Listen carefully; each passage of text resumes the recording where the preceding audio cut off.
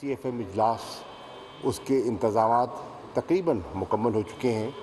میں آج فورن سیکرٹری صاحب کے ساتھ اور دیگر جو ہمارے فورن آفس کے آفیسرز ہیں جو سارے ان انتظامات کو اوورسی کر رہے ہیں، ان کے ہمراہ آیا نیشنل اسمبلی دیکھنے کے لیے، ہال کو، بائیلیٹرل میٹنگ رومز کو، جہاں ہمارے مہمانوں نے آنا ہے، بیٹھنا ہے اور ان کا ایکسچینج آف ویوز کرنا ہے۔ تو مجھے اطمینان ہوا دیکھ کر کہ انتظامات جو ہیں وہ تسلی بخش ہیں، تیار ہیں۔ بہت سے جو OIC سیکریٹریٹ کے آفیشلز ہیں وہ تشریف لا چکے ہیں۔ آج صبح مصر کے وزیر خارجہ تشریف لا چکے تھے اور ان سے ایک بائیلیٹرل میٹنگ بھی ہوئی۔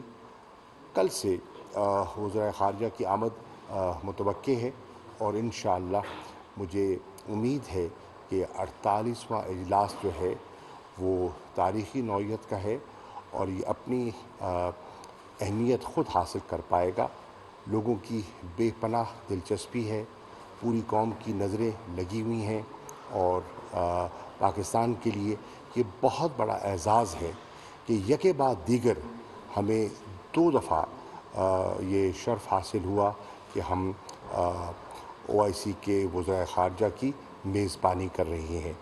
بڑا ایک مفصل ایجنڈا ہے اور حالات بھی ایسے ہیں، دنیا کے امہ کے بھی حالات ایسے ہیں، مقبوضہ کشمیر کی صورتحال ہو، چاہے فلسطین کی صورتحال ہو، ان پر بہت سے ممالک کو تشویش ہے، اس پر سیر حاصل گفتگو بھی ہوگی۔ ریزولوشنز جو ہیں وہ بھی ان پر بھی بہت سا کام ہو چکا ہے اور ابھی کچھ کام باقی ہے۔ تو میں توقع کر رہا ہوں کہ انشاءاللہ ہمارے جو مہمان آئیں گے وہ یہاں سے خدا کرے گا کنٹریبیوٹ بھی کریں گے اور مطمئن بھی جائیں گے، اور ہماری کوشش ہوگی کہ ہم اس ادارے کو، جس کی تعمیر میں، جس کے بنانے میں پاکستان کا ایک کلیدی کردار ہے، پاکستان OIC کا فاؤنڈنگ ممبر ہے، اس کو انشاءاللہ ہم اس کی بہتری کے لیے اور جو اپنا حصہ ڈال سکتے ہیں ڈالنے کی کوشش کریں گے۔ آپ کے علم میں ہے کہ یہ سال جو ہے، اس سال کی اہمیت ہمارے لیے اس لیے بھی زیادہ ہے کہ یہ ہمارا 75واں یوم آزادی کا سال ہے۔ تو جتنے وزراء خارجہ تشریف لا رہے ہیں وہ ہمارے مہمان خاص ہوں گے نیشنل ڈے پریڈ پر، جو 23 مارچ کو ہوتی ہے، اور اس میں بھی شامل ہوں گے اور پوری قوم بڑی گرم جوشی سے ان کا استقبال کرے گی۔ شکریہ۔